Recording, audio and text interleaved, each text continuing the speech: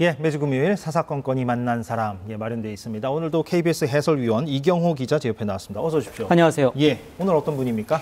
지역 공동체 라디오라고 혹시 들어보신 분 계실지 모르겠습니다. KBS 1FM, 2FM 이런 것들은 전국으로 방송되는 전국 방송이고요.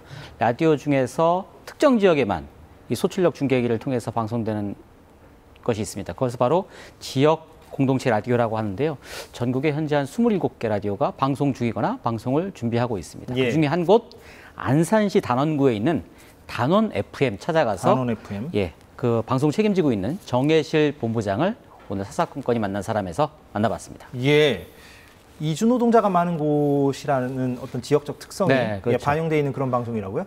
전국에서 아마 1, 2위 다툴죠. 그 안산시 단원구에 등록된 외국인 국적만 한 100개가 넘는다고 하니까요. 그래서 아마 다른 데와는 좀 다른데요. 직접 한번 만나보시면서 그 얘기 한번 들어보시죠. 예. 경기도 안산시 일대를 송출 권역으로 하는 단원 FM은 2021년 7월에 개국 허가를 받고 내년에 정식 개국을 목표로 준비 중인 지역 공동체 라디오입니다. 지금은 임시로 유튜브 방송을 하고 있고요. 지역 주민들을 상대로 한 라디오 방송 진행 교육도 하고 있습니다. 단원 FM의 개국을 준비 중인 총책임자 정혜실 본부장을 만났습니다. 저희는 그 공동체 미디어 활동으로서요. 법인명은 이제 사단법인 안산 공동체 미디어고요. 저희가 이제 방송통신위원회로부터 공동체 라디오 허가를 받은 이름은 단원 FM이에요. 그래서 88.7MHz로 이제 작은 지역 안에, 테두리 안에 이제 공동체를 위한 방송을 할 수 있는 허가를 받았고, 아직 송신소는 못 세워서 저희가 이제 송신소를 세우면 공식적으로 작은 주파수지만 소출력이긴 하지만 내보낼 수 있을 것 같고요. 저희 주민 구성원에 이주민이 물론 굉장히 중요한 시민의 한 부분을 차지하고 있죠. 전국에 뭐 1, 2를 다투는 이주민 숫자가 여기 있고, 그리고 저희 원곡동은 또 다른 지역과 다르게 한 100개국이 넘는 이주민들이 이제 여기서 살면서 또 일하면서 지내고 있거든요. 그래서 그 부분을 결코 무시할 수 없기 때문에 저희가 방송통신위원회부터 이제 허가받을 때도 다국어 방송을 하겠다라는 걸 이제 사업계획서에 써서 냈고요. 그래서 지금 현재로는 네팔어하고 중국어를 이제 하고 있고, 저희가 지금 기획 중에 있는 게 이제 몽골어, 인도네시아어, 베트남어 등 이렇게 숫자적으로 늘려갈 예정입니다. 그 만나신 정혜실 본부장이 이주 노동자, 외국인 노동자들을 위한 활동을 계속 해오셨다고요? 그렇게 이제 한국인 중에서 외국인 노동자들의 인권이라든지 이제 권리 신장을 위해서 일해오는 분들은 적지 않은데요. 예. 정혜실 본부장은 사실 배우자가 파키스탄 출신이라고 합니다. 말 그대로 소위 말하는 요즘 다문화 가정을 꾸리고요. 거기 한 구성원이긴 한데, 본인이 한국인임에도 불구하고 이 다문화 가정을 꾸리고 나서 살아보다 보니까 너무 이렇게 차별적인 요소가 한국 사회에 너무 많지 않았냐, 이런 것들을 실제로 느꼈다고 합니다. 그래서 이런 문제를 해결해 보자 하는 노력을 해왔고요. 이번에 단원 FM을 만들고 그런 이유도 그런 노력의 일환이라고 합니다. 한번 들어보시죠. 예. 오히려 그 이주 노동자 이슈가 점점점 한국 사회에 드러나고 개그 프로에 시각화돼서 드러나고, 그러면서 오히려 사람들이 이주 노동자들이 공장 안에서 욕설도 듣고 폭행도 당하고 임금도 체불당하는 피해자 입장이 됐을 때 오히려 역으로 이주 노동자를 무시해도 되는 존재로 더 받아들인 것은 아닌가. 그래서 저는 오히려 이주 노동자의 어떤 노동 환경이나 그 열악한 조건이 한국 사회의 문제로 부각되기보다 이주 노동자는 우리나라 사회에서 하층 계급 노동자로서 아주 무시해도 되는 존재로 보게 된 것이 아닌가라는 생각을 하고 있고, 그리고 시간이 지날수록 인종차별의 문제를 더 심각하게 받아들이고 우리가 좀 개선해야 되겠다, 우리의 인식을 바꿔야 되겠다라는 어떤 사회적 변화가 막 크게 일어나기보단 여전히 인종차별이 일어나고 있는 사회임을 부인하는 그런 분위기가 여전히 만연하다 저는 그렇게 보고 있습니다. 그러니까 이게 인종차별의 개념을 피부색이 어두운 사람을 차별하던 구시대적인 관점에서 봤을 때는 우리가 피부색으로 사람을 차별한다고 라고는 안 하지만 저희가 엄밀히 말하자면 인종차별의 그 인종주의 개념을 넓게 해석해보면 민족차별, 문화차별. 그런데 최근 저희한테 나온 책들로 보면 GDP차별이다 이런 얘기까지 나오거든요. 그래서 예전처럼 피부색이 하얗냐, 누러냐, 뭐 검으냐 이런 식으로 해서 대놓고 하는 그런 신체적 특징으로 인한 차별이라기보다는 너 어느 나라에서 왔어?가 핵심인 거죠. 실제로 직접 겪었던 경험담도 들어봤습니다. 저희 남편이 이제 사업을 하는데 차를 끌고 갔을 때 옛날 이제 초창기에 그러면 왜 외모만 봤을 때는 자기가 봤을 때 이주 노동자거든요. 근데 이 사람이 합법인지 불법인지 알 수가 없을 때도 사람들이 와서 묻는 거죠. 어떻게 이주 노동자가 차 끌고 다녀? 뭐 이런 시절이 있었어요. 그러니까 그것이 갖고 있는 우리가 이제 사회적 편견. 실제로 이 사람이 갖고 있는 체류 자격에 대해서 자기가 검증할 방법이 없는데 단지 외모로 드러났을 때 그렇게 이제 한다든지 다짜고짜 반말을 한다든지. 그러니까 저는 그래서 남편하고 다닐 때 늘 항상 방어 태세 아니면 한 싸울 준비가 돼 있었던 것 같아요. 어디다 대고 반말이세요? 이렇게 이제 항상 이렇게 도전적으로 얘기했던 것 같아요. 예, 웃으시지만 체험을 네. 기반해서 말씀을 해주셨기 때문에 어떤 얘기인지 단박에 이해가 됩니다. 요즘 사실 뭐 다문화 가정을 상대로 한 프로그램들도 많고 예전보다 이렇게 익숙하게 친숙하게 우리 안에 이제 워낙 많으니까요. 그렇게 만들고 있고 또 매스컴에서도 자연스럽게 뭐 다문화 가정, 다문화 구성원 이렇게 말을 쓰는데 사실 본인이 당사자이고 그 안에 구성원으로서는 이 다문화라는 말 자체가 차별을 포함하고 있는 거 아니냐 이런 걸 느낄 때가 많다고 하는데요. 그게 왜 그런지 궁금해서 한번 또 그 얘기도 한번 추가로 들어봤습니다.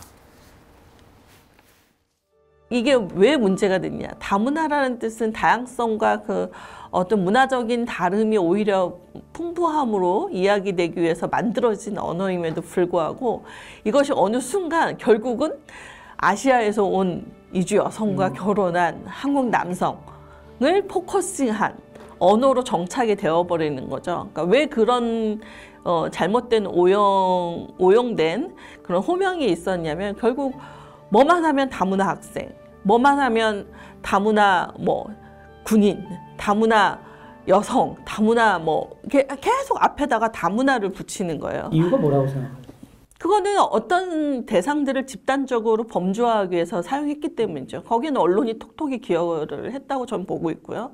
그래서 사람들이 다문화라는 말을 굉장히 풍요롭고 좋은 말로 인식하게 된 게 아니라 특정 그룹의 사람들을 지칭할 때 쓰는 말로 인식하게 되면서 오히려 그들이 우리보다 낮은 위치에 있는 아까 얘기했던 GDP가 낮은 국가의 여성들이 신분 상승을 노리고 뭐 한국 남성과 결혼했나니 뭐 비자를 노리고 한국 여성과 결혼한 이주 노동자라는 둥 이런 식의 사회적 담론을 유포하는데 그런 다문화라는 말이 오히려 기여하게 된 것이죠. 그 말씀은 네. 쉽게 말하면 이제 서구에서 온 서양 네. 남자나 여자랑 결혼한 한국 가정 같은 경우는 다문화 가정이라고 안 부르죠, 솔직히.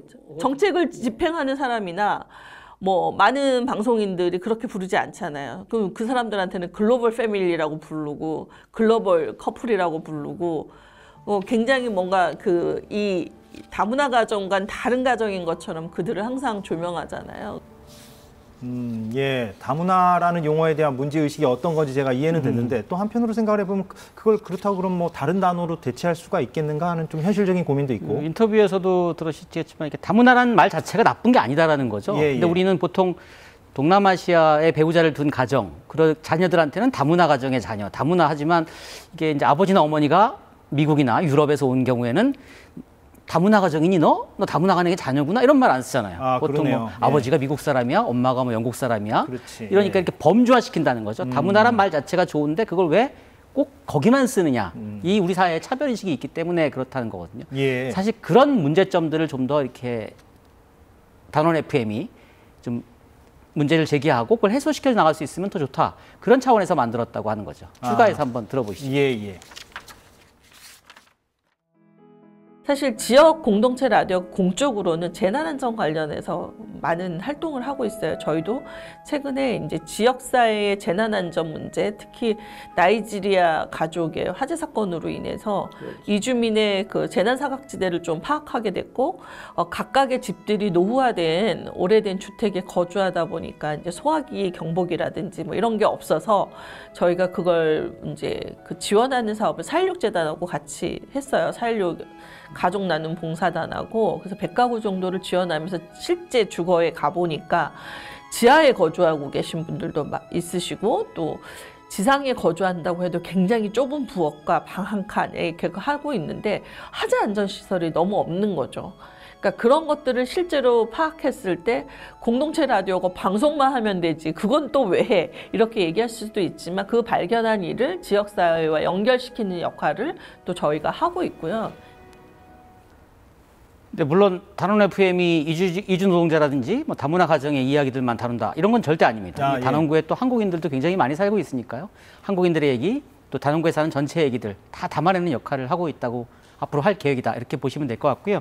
내년 3월 정식 개국을 목표로 하는데 이게 제대로 개국이 준비되는지 궁금해서 마지막으로 한번 물어봤습니다. 예.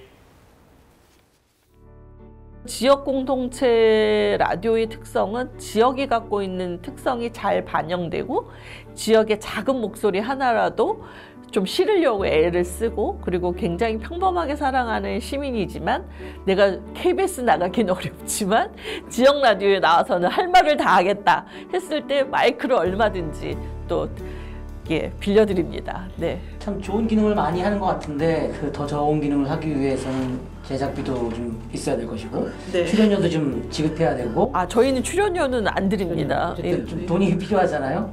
안산 단원 FM 네네. 재정적으로 좀 괜찮은가요? 어렵습니다. 너무 어렵고요. 이제 뭐 사실 중앙이나 지방에서 전혀 예산 한 푼 받고 있지 않은 상태에서 이제 회원들의 후원금으로 그리고 기부금으로 이제 조성된 재정으로 지금 운영을 하고 있는데 근근히 이제 해가고 있고, 사실은 상금비조차 이제 받기가 좀 어려운 상황이어서 저희가 조절해서 받고 있거든요. 단원에 지금 돈 많으신 분이 계셔가지고 네, 어디 계실까요? 크게 기부를 어디 계실까요? 찾아봐야겠죠. 네, 예, 잘 되길 바라겠습니다. 네, 고맙습니다. 예, 잘 봤습니다. 예. KBS 해설위원 이경호 기자였습니다. 오늘 사사건건 여기까지 하겠습니다. 저희는 월요일 오후 4시에 돌아오겠습니다. 고맙습니다.